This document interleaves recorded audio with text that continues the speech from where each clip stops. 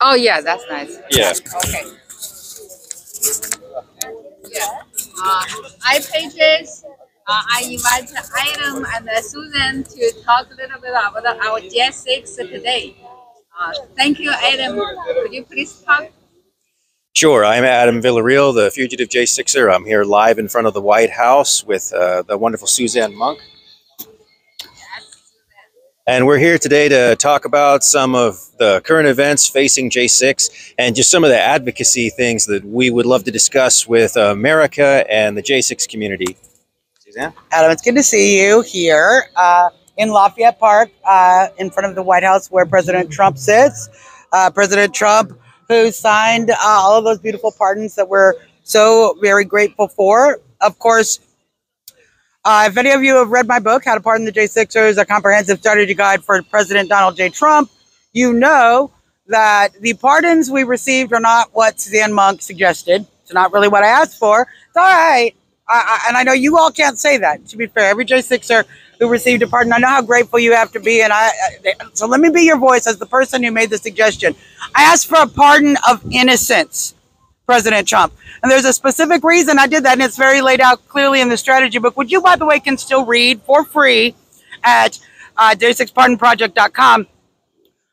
The pardon of innocence has a critical component, namely that it creates a certificate of innocence. We are talking a lot now about restitution and the restitution lawsuits that are coming in. And there's a lot of various hopes, dreams, aspirations I think people have. I think it's time to do some research on some history of what payments the federal government has actually made in the past for other individuals who have been wrongfully convicted and physically harmed. And I think it's important to get a realistic expectation of what's coming.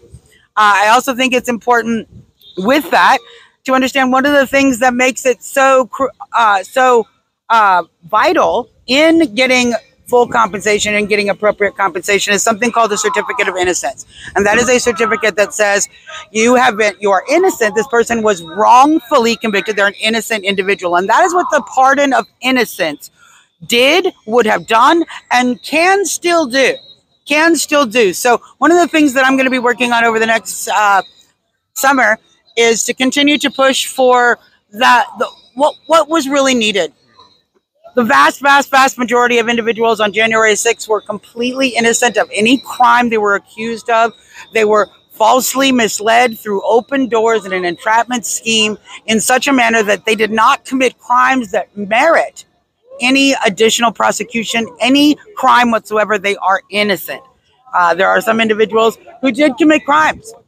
And as you can see in my book, when you go read it, I made some excellent options for dealing with that with regards to the pardon. So we're going to continue to push for what the J6ers deserve. And that, of course, is restitution. But I do think the community needs to do a little bit of research to know what to expect. Because, well, y'all be mad at me. I don't care. With all due respect, you're not getting $50 million. You know, you're not getting the largest settlement for an individual is under 10, $11 million. And that's for someone who was in jail for 45 years. So the likely many settlements are only $500,000 for people who have been in 10, 20 years.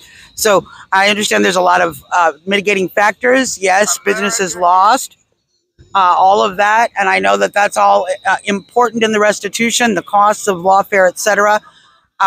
Without the evidence, the demonstration that the government did this crime to you, it does not have the same amount of teeth. So I'm rooting for those lawsuits, but I do think that there's some realism that needs to be had in the community with regards to what can be expected for federal wrongful conviction awards. They are very different than the state awards. So please do your own digging, do your own research, get your mind in the right place, and frankly, be prepared to be angry if that amount does not rectify, because that's what the government has done. It has harmed you irreparably, and we are going to need to fight for the system to be corrected, not just our individual situations. Thank you so much, Suzanne. what I'm hearing, and one of the things that I've been hearing across the board, is that the first step in advocacy is research. And so we here at Homeland House want to encourage people to get out there and start employing AI and AI tools for your own research purposes so that you can dig into your casework. We're gladly here. You can reach us on our website. You can reach us through DMs on X. But we also agree with Suzanne. There's got to be more research out there done by individual J6ers and as a group. So if you need help with that, reach out to us at Homeland House, and we'll try to help you with that. We don't charge anything, so please reach out to us. Suzanne, I wanted to ask you a little bit more about some of the issues that are facing the J6 community these days. Yeah, I've been doing a lot of conversations with a lot of January 6ers. And I think that, some of the major issues that are facing people are community. There are some people who are feeling very isolated. And that leads into the second thing, mental health. A lack of community certainly is one of the main factors in struggling with depression, with anxiety, with emotional issues, that feeling of isolation. So these are things that certainly folks are struggling with, as well as a need for a faith-based community, need for a church. We're all spread out across the country, and a lot of the January 6ers that were inside were certainly daily involved in Bible study, in prayer, in just engagement in every single way with their faith and with our Lord, and with our Lord Jesus Christ. And as we've come out, we all know life sort of takes us in another direction. It spends our distractions. So there's certainly a need for that. And we're going to be working on bringing in some of the January 6th supportive and engaged religious community, and making access to a faith-based community that January 6ers can integrate with no matter where they are. So these are some of the things that we certainly want to continue on, as well as, there's a lot of folks really working on struggling with the job front. And we do want to continue to help folks through that process. We are constantly looking for employers who are interested in hiring January 6ers. There are companies that are doing that. We are aggregating that information as quickly as we can. So that's why it's important to reach out to an advocate or to a supporter. We might know something you don't know, right? We might have a link to information or to something that can be useful for you. So certainly there, but we also want to start doing, maybe some seminars, maybe some Zoom seminars on how to get a job once you're canceled. Because one of the things that we're struggling with is the reality, the basic realities of living in a canceled situation. Canceling happened to me back in 2016. As a Trump supporter, my husband and I, our business was targeted. We ran a small music store that sold instruments from all over the world, and we were targeted by the radical left and driven out of business. And it certainly changes how you can do business, who you can be employed by, who you can get gigs from. My husband, certainly, all of that. We had to learn a new model of engaging the employment process, the financial, monetization process, running small businesses, here in DC, we like to call them side hustles. A lot of ways that you learn to be financially viable, but in a different way. And some of that is using that good old-fashioned network of people, talking to friends of friends of friends. In fact, we used to know this back in the 80s. The most likely place you're going to find a job is not in the one ads. It is through a friend. It is through a church member. It is through a community member. It's someone at your softball league. So having those conversations through a supportive community, the January 6ers, Patriots, January 6 advocates, having those conversations about what you're looking for and being comfortable having that over and over is going to provide some very fruitful results. So it's these techniques that, some of them are just old school stuff. We may have, we just have to dust off and bring that back out of the closet. But there are ways to strategize the problems. And certainly we're here to help. And we are really proud of a lot of the things that folks are already doing. There's a lot of January 6ers who are doing well. And I don't mean they're doing better than they were when they got out. I don't mean they're not struggling and they're not suffering, but they have taken the mission of restoration in stride. And they have, they're getting their jobs back. They're home with their families. They're, addressing those emotional issues. They're getting back into their church communities. They're staying in touch with their J6 community, reaching back out, in fact, in many cases, to other individuals that they know they left inside in prison who have, touched their hearts and that they feel the need to communicate. So there's a lot of beautiful, beautiful things. We've had babies born. We have weddings being planned. We have companies being started. We've got a race car, a J6 race car, Eric Barber. We're excited to help get you some sponsorship as well. So, there's a great network and a community here to continue to participate in. If you don't like the word community, take it this way. I am a J6 friend. I know Rebecca is a J6 friend. Adam is a J6er and a J6 friend. And there's a lot of other people who are your friend. So holler at your friends. We're here to help. One of the things that I've also been hearing out there is people are trying to launch these careers as influencers, but a little bit of what I'm hearing we're lacking is basic support of one another along those foundational lines, the fundamentals, just like Suzanne was talking about. Are we reaching out to family? Are we reaching out to our religious networks? Are we building our faith in doing good works and in volunteering and stretching our network out in that way? And those fundamentals, and more importantly, encouraging each other in those fundamentals, is going to be that thing that helps you build that career as an influencer, that helps give you the stability and the foundation to get out there and make your voice heard and advocate for J6 and the nation at large. Suzanne, I wanted to ask you next, what's going on in your life personally? What do you want to see happen for the J6 movement? Well, I want to speak to what you were just talking about influencers and all of that. And I want to burst some bubbles. It's a lot harder than the big boys make it look. These influencers on the internet you think are just doing it. It just looks so easy. All they got to do is put out a tweet here or there, and the money comes rolling in. And let me tell you, all of these people built that over such a long period of time and struggle and effort. I want to talk about, let's talk about one of the influencers, Ben Berkham. Ben Berkham from America's Voice, right? He does the Border 911. He's done great work with regards to human trafficking, with regards to our border situation. He's an amazing patriot. And he has certainly turned that into his career, but it took a year, 2 years of having side hustles and all of that to make that happen. He started just like you or I, right here on these streets, right here on literally these streets right here next to me in 2016, 2017. So you can't expect the magic to happen.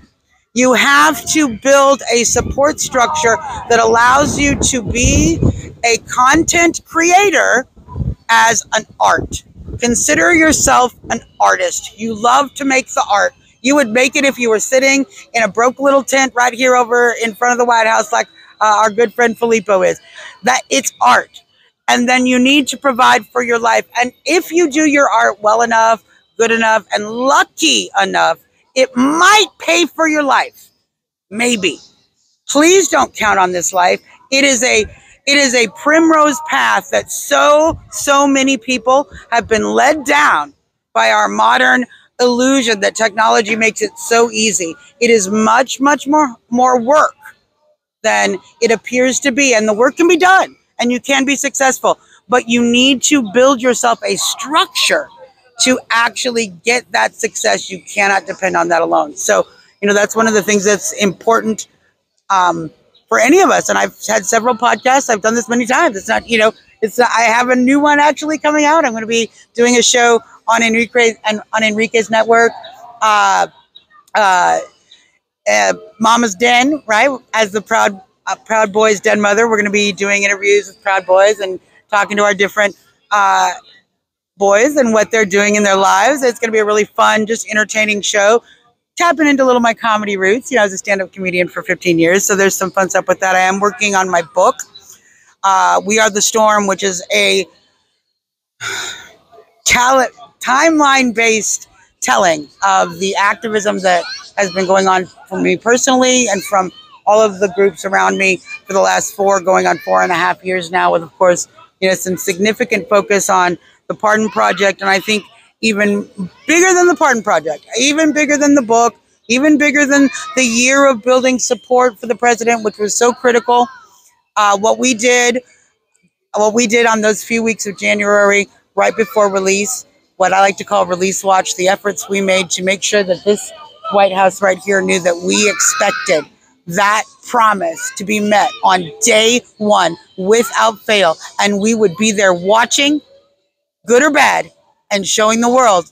That was literally the best, the most amazing piece of activism I've ever done in my life. So I'm going to be telling the stories and sharing the stories. And I think it's important for people to hear, because it's not just what Suzanne Monk did. You know, everyone who really knows me knows I'm not a cloud chaser in that way. It is a method. These are techniques. They're things that anybody can learn to do. They are activism that anyone can apply for and obtain results, obtain moving the needle, as we call it. And sometimes that needle moves far enough to move mountains. If you're persistent, if you're strategic, and if you understand the game. And you know, that's what I want to teach people. You know, we've talked about that before, and it's such an interesting case. We as conservatives oftentimes are reactive and not proactive. But if we look at the people in the opposition, look at some of the community organizing behind Obama's team, and look at how ready and willing that the sedition hunters were to go and track down and provide information on prosecuting J6ers. Well, I'd like to ask the community, why is it that we can't bring a similar energy? You know, where is our fire? Where is our passion for this country? So many times it goes into an abstract notion of 1776, or one day we'll elect the right person who will save the day for us. Well, why can't it be you, my fellow American? If you head over to Instagram @TreasonHunter, you can see the very beginning of the exact same type of platform. It's a mirror 100% of exactly how treason hunters were. And so I personally invite you, I'll put it on me. If you see something wrong happening in your community, if there's no way to vote that person out, but you see them out there committing crimes against the public trust and the public good, and you can gather evidence of it, what's stopping you from going to your friends and trying to figure out a way to bring these people to justice and help rebalance the system? We as conservatives have to find the courage in our hearts to have just as much of an action upon this world as our liberal counterparts.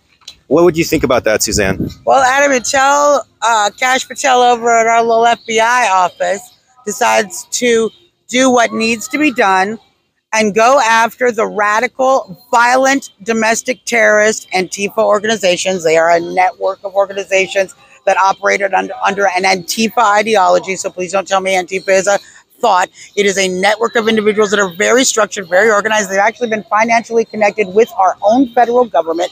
We have receipts, we have paper trails, all of it. We have the smoking guns.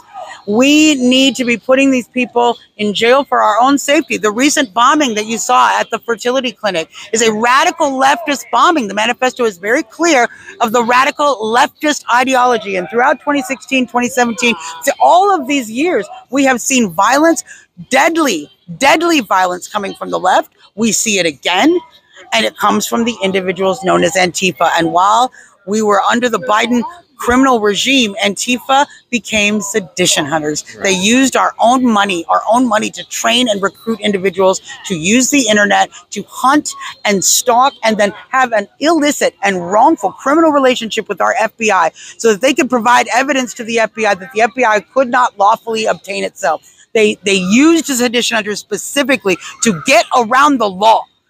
We need to be protecting ourselves from these violent and dangerous individuals. For you folks who want to play kumbaya with your local Antifa friend, I would invite you to go and find their Telegram groups, to go and find their personal chats, because I can tell you what they're saying in those chats. They want you dead.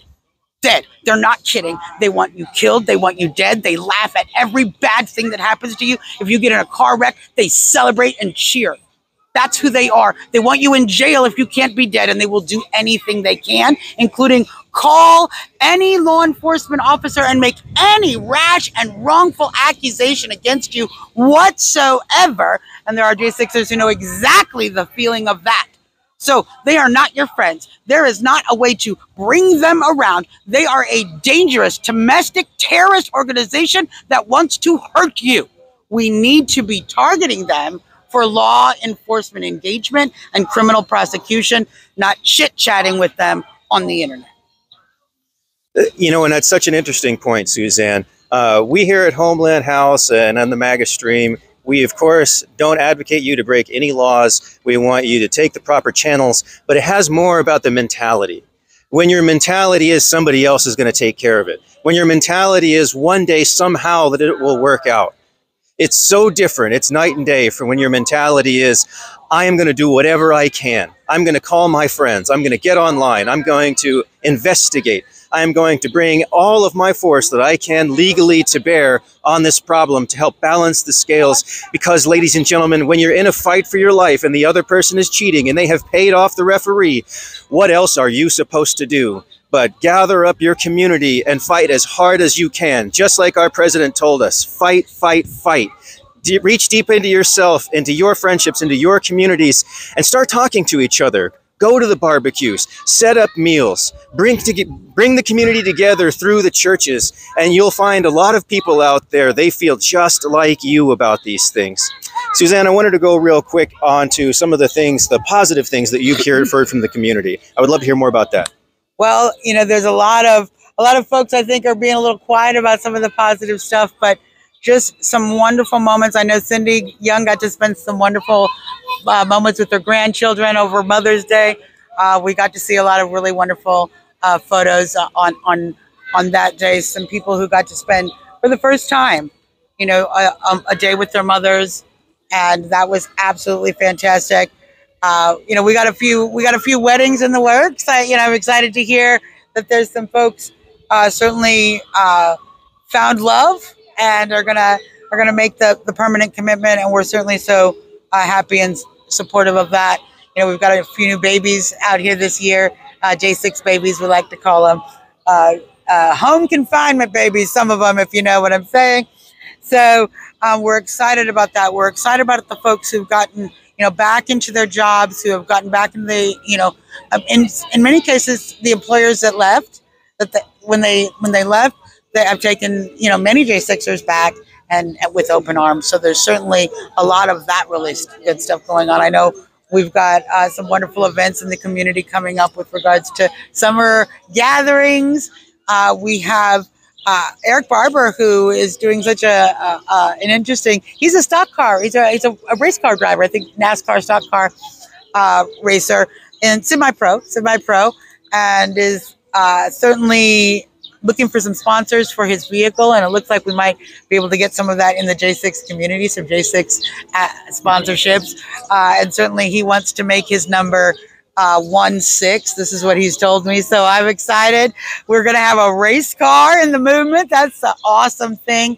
You know, there's a lot of stuff that is even just in the works. You know, a lot of activism. I think there's about 7 or 8, maybe 9 now, J6ers who have put out books about their experience. So good. We're going to be working on making sure that those books get listed on the American Gulag Chronicles website, so that they can be that mutual, you know, sharing of voices. But the need still remains. You know, there are still J6ers who are in need of, you know, an occasional financial support, medicine, groceries, an emergency phone bill, an electric bill. You know, just meeting those needs. Please don't hesitate to reach out. I know y'all are very proud. Oh, do I know y'all are a very proud group of people. And you'll literally be sleeping in a van down by the river before you give somebody a call. But please don't do that. Please give us a call, because there's a lot of resources, American Gulag Chronicles being one of them. And one way you can support them is go buy the book. You don't even have to just give them money. You can go and buy the books. The latest book, I think, is The Road Home, or the something. I can't remember them. There's 3 of them. And we actually delivered the first one, Letters from Prison, to all 535 members of Congress here in D.C. during 2022, 2023. Very proud of that work, Operation Yellow Ribbon. So that's why you can support them, and they continue to be able to meet some needs and continue to meet. If they can't meet your needs, they can probably put you in the right direction. So if you are a J6er who does have a financial need, or, you know, another need, you know, maybe something in the community that you're looking for, send them an email. There's a little request in the box to reach out. Send them an email. They'll be happy to respond. Similarly, American Patriot Relief. You know, we do have some great people who are doing really good work. And you can always go to the J6 Pardon Project. You can always email me.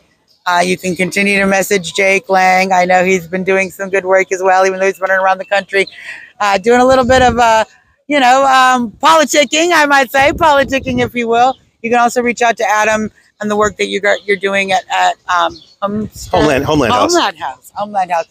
Because, Adam's doing some amazing work with regards to research and tapping into resources that are already there. We don't need to reinvent every wheel. We don't need everything to come through, some J6 organization. Certain individuals don't need to get a cut of every single dollar that they put in and out. You know what I'm talking about. Sometimes we just can use the resources that are already available, church resources, community resources, and you're doing great work with helping people tap into that. Well, thank you, Suzanne. And one thing that I'd like to say to the public out there, if you're shy or if you're not sure about how to help a J6er personally, you can always go to your church and you can talk to your pastor, you can talk to your community. And through that community support, they can reach out to some of the wonderful organizations that Suzanne just mentioned. And that's an easy way that you can bring positive pressure to bear if you yourself personally don't know how. There's one really, really, really, really, really, really, really important way that every single human being who can hear the sound of my voice can help a January 6er right now. And that is bow your head, please, and pray. Pray for this nation. Pray for President Trump. Pray for justice to be done. Pray for the blockades in our way that are stopping that justice to be removed, and pray for the restoration of each and every January 6er, January 6 family member, and please, January 6 advocate, because we too have lost 4 years of our lives, and we too are in need of recovery. So pray. Let's all return to daily prayer. I missed, Rebecca will appreciate this. Last night, it was a beautiful night here in DC. It was a perfect night. I looked out the window and I said, it's a perfect night for a vigil.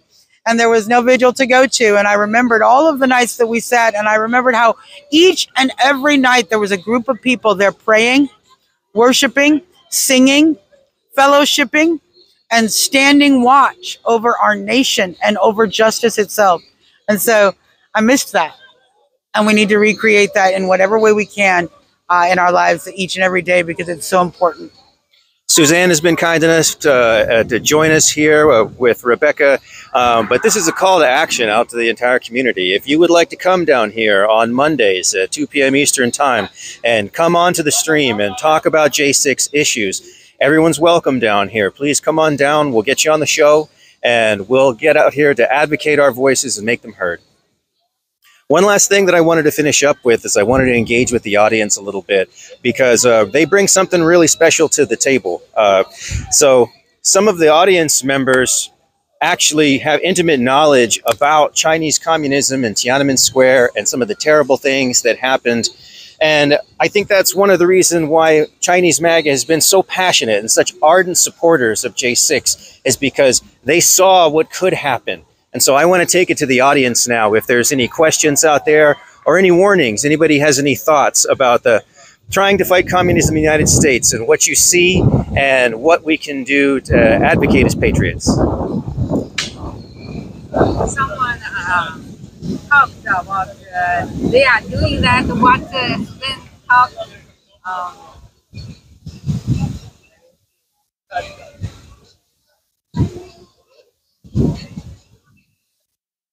How is everything available? It is always best to donate to the individual and pray for the evil walls to fall. Yeah. YHVH is God, justice, pray.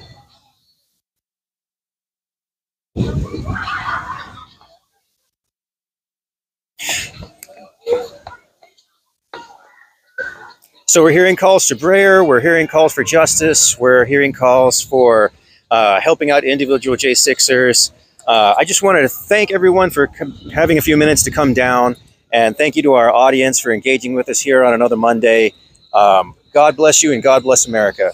Oh, look, here we go. So, yeah, it is definitely, it certainly can be best to donate to the individuals. Let me just say, it is also, I think, some of the concerns we might have with regards to individuals is how much do you know about the individual? And there's a way to make sure that your donation is going to the best possible use by donating to an organization. I actually advise, if you have $20 to give every month, give 10 to an individual, give 10 to a J6 organization. I genuinely think both are such an important way to help meet needs.